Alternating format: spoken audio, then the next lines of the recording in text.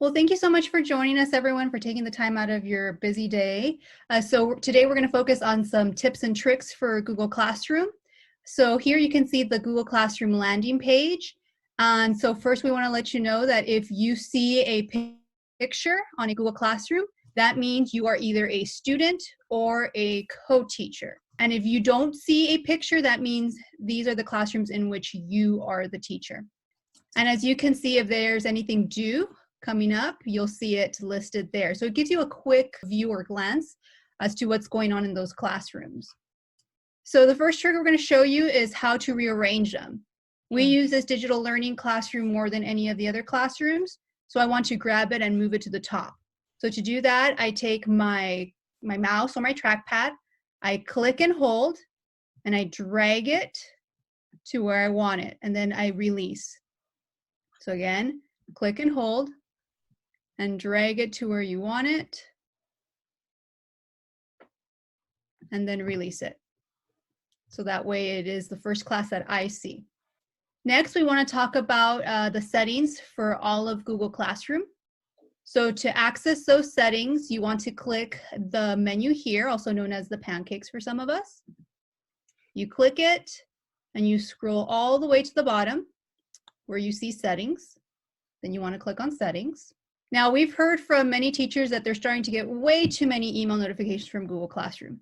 So if you want to turn off all emails from Google Classroom, whether you're a student, a co-teacher, or a teacher, you would just toggle this to off. So that means you will no longer receive any emails about students turning in work late or resubmitting work or commenting and things of that nature. Now, if you still want to receive some emails, but not all of them, you want to leave that on.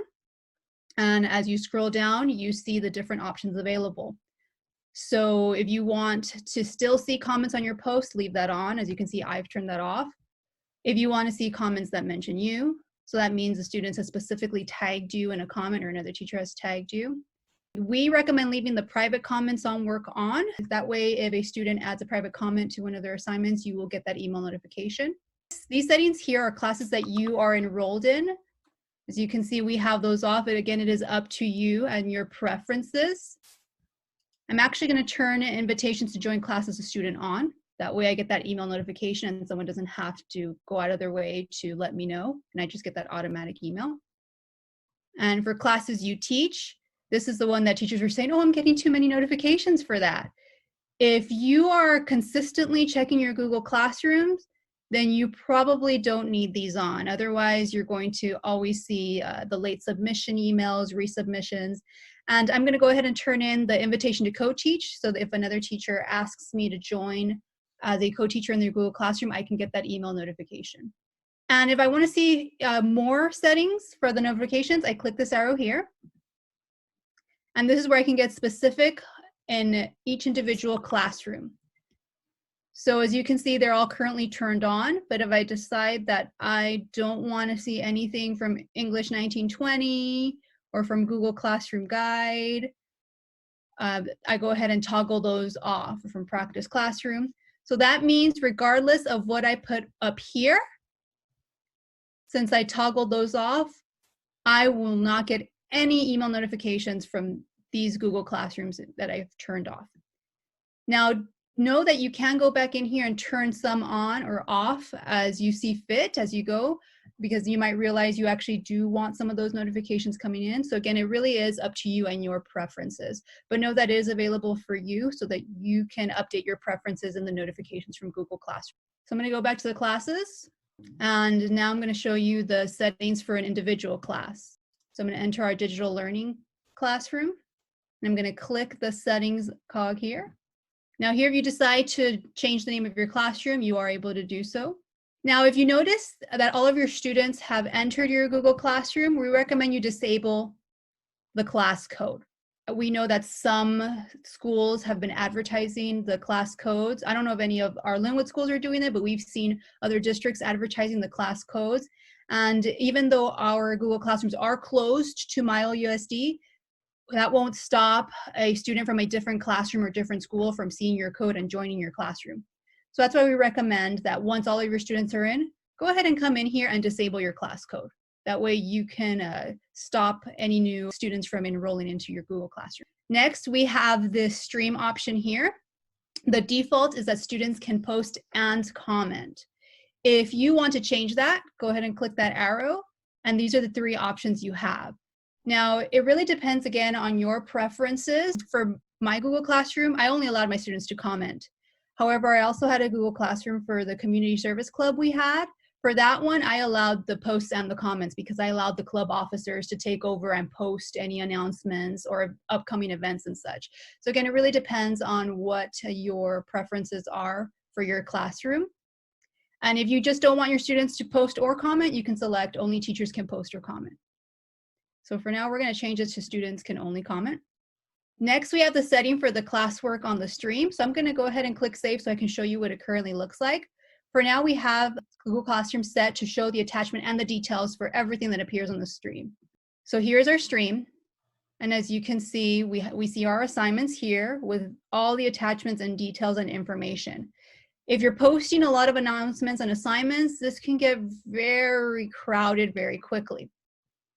So we're going to go back to our settings, and we're going to click on that arrow there.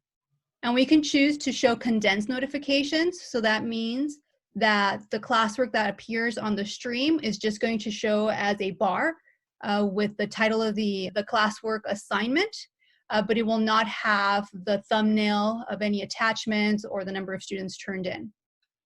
We recommend the condensed notifications. However, if you don't want any of your classwork to appear on the stream, you can select hide notifications, and that means your stream will strictly be announcements, and students will have to click on the classwork tab to see any classwork available. So again, it really is up to you and your preferences. If you're posting a lot of classwork and a lot of announcements and you don't want those to get all mixed up for your students or for you, then you can select to hide the classwork on the stream. So we're going to select show condensed notifications. And we do recommend turning on Guardian Summaries if you haven't already, since these Guardian Summaries show a daily or a weekly email to parents as to what is going on in your Google Classroom. So for those of you who missed our webinar, we're just going to go ahead and show this real quickly so you can see what it looks like. A Guardian Summary, it will include missing work, upcoming work, and any class activities such as announcements and assignments posted by the teachers. So for an elementary student, they would just see the one teacher's summary. However, secondary students will see a summary from each and every classroom that the student is enrolled in. So this is a sample summary. This is what a weekly one would look like. It'll start with the missing work. As you can see, it shows me from US history, this is missing, and from English and American literature, this is missing. It shows what is due soon, as well as the class activity. So this is a secondary student. So again, you want to make sure you toggle that on, and we'll show you how to invite guardians shortly. So when you make any changes, you want to make sure to click save. So as you can see, this is now more condensed in the sense that it no longer shows how many students have turned it in and such, since that is what we chose for our stream. Now, to invite your guardians, your students' guardians, you want to click on the People tab, and you want to scroll to Students. And you want to make sure you have the parent's correct email address. So you would click Invite Guardians, and you are allowed to invite more than one guardian. And those are where you would type their email. And then once you have inputted an email, you can click Invite, and the parent or guardian will receive an email from Google letting them know that you are asking for them to be a guardian of their child. And that is when then parents could accept that invitation and then select whether they want to receive a daily summary or a weekly summary. So we're going to go back to our stream. Now, have you ever noticed that you want to rearrange it and move something back to the top so that it's the first thing your students can see? You want to click on the 3 dots on the announcement, and you see this option. You can click Move to the Top. Google is moving it. I'm going to click Show. And now that is at the top of the stream. So if you are posting something on a Monday, such as a week at a glance for your students, and it is now Wednesday or Thursday, and you want to move that back up so that your students can see that first thing when they log into your Google Classroom, just click on those 3 dots and move it to the top, so that once they click into your Google Classroom, that is the first thing they see. You can also do that in your classwork. So as you can see, we already have topics set up, and we do recommend the use of topics because it will help with organization. So if I decide that I want the Gold Rush quiz to be on top of the State Capitals quiz, I would click on those 3 dots and click Move Up, and it would rearrange it. Next, we want to talk about reusing assignments and or announcements. We know some of you have been using Google Classroom for some time now, so you probably have some really great assignments you used in the past. So instead of reinventing them, definitely reuse them and edit them as necessary. So if I want to do that, I would click Create. And instead of clicking Assignment, I would click Reuse Post. Then I get the last classroom I accessed. If I realize that this is not the classroom I want to pull the post from, I would click this arrow here to go back to all of my classes. And notice it says archived here. If you archived a classroom, you are still able to pull assignments from that classroom. This is why we recommend that you archive instead of delete, because if you delete your classroom, you will not be able to access the assignments you posted there. So you want to go ahead and select the classroom you want to pull from. Then you click the assignment. And we do recommend leaving that check for create new copies of all attachments. So let's do this one. Click reuse. And now I see what I'm familiar with, which is the assignment page. So this is where I can decide to rename it if I would like. I can add additional attachments if I would like as well. Now, since this is a quiz, I want to make sure that grade importing is on, because this will enable me to import the grades from Google Forms into Google Classroom, which I could then push into Aries Gradebook. So here again, this is where you can, if you teach multiple classes, you can select all the classes you teach if you want this assignment to go to all of them. And for differentiation purposes, you can also select the students it goes to. So again, decide the number of points. If it is a Google Forms quiz, you want to make sure those points match. And again, the due date, maybe we want to make it due tomorrow. And this is where you can select your topic. If you find that a topic does not exist and you want to create one, you would just click Create Topic, and it allows you to type in the topic title there. I'm just going to go ahead and select, this is Google Forms, and just put Google Forms.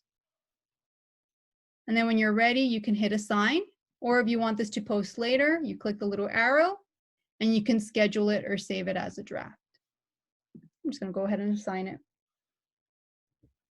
It's a really good idea to leverage this reusing posts and reusing assignments. We know some sites do have a Google Classroom for the entire grade level or the department.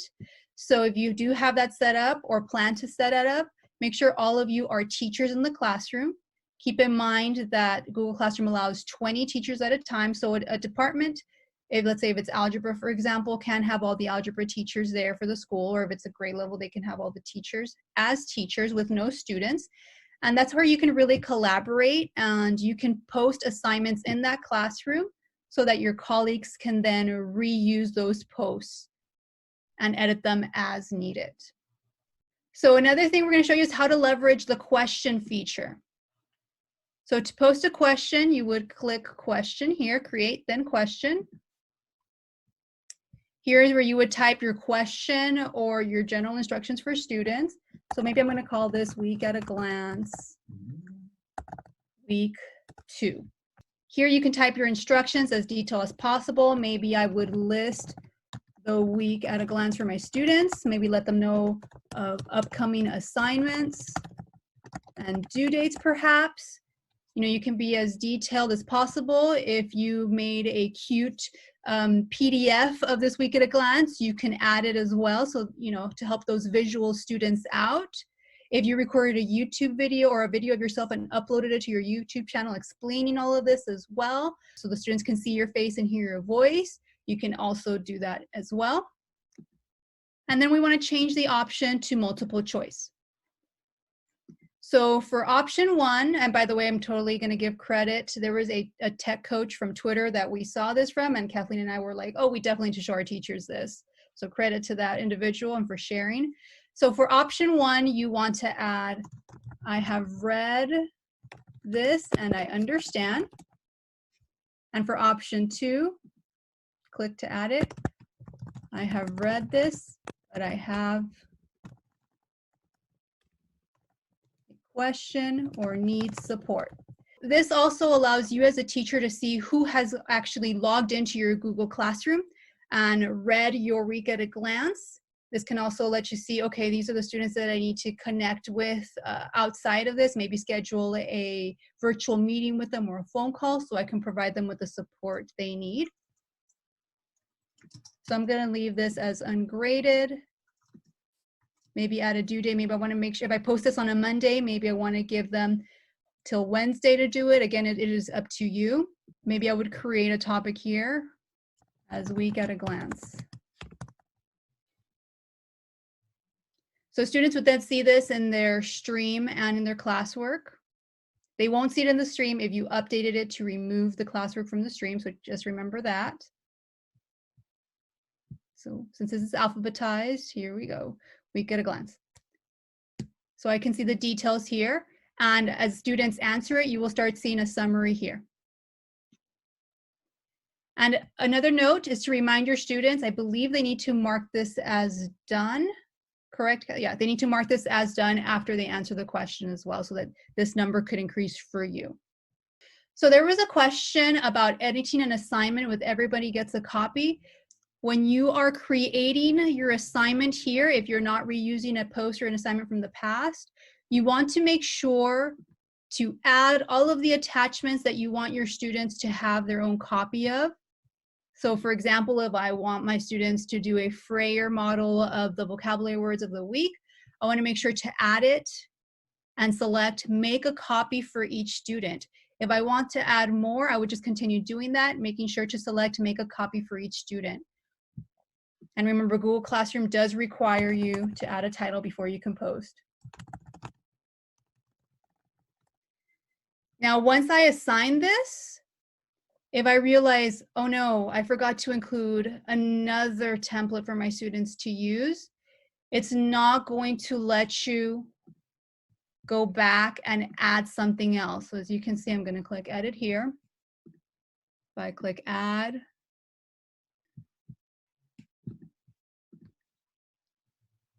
as you can see, that option to make a copy for each student is no longer available. So if you find that you needed to change that, you'll either want to create a separate assignment with the new attachment to make a copy for each student, or delete the original one if nobody has turned it in, and redo the assignment and making sure you add all the attachments with make a copy for each student. Also, if I may interject, Of course. We did have a teacher who was struggling with this as well because they added a Word doc. You must be adding one of the Google tools, whether it's Google Docs, Google Slides, Google Sheets. Google Forms automatically makes a copy for every student. If you inadvertently had a Word doc that you added to your drive, I would convert it to a Google Doc first and then add as a resource as a Google Doc. We are going to open it up for questions about Google Classroom. If we didn't cover something you wanted to see, just let us know.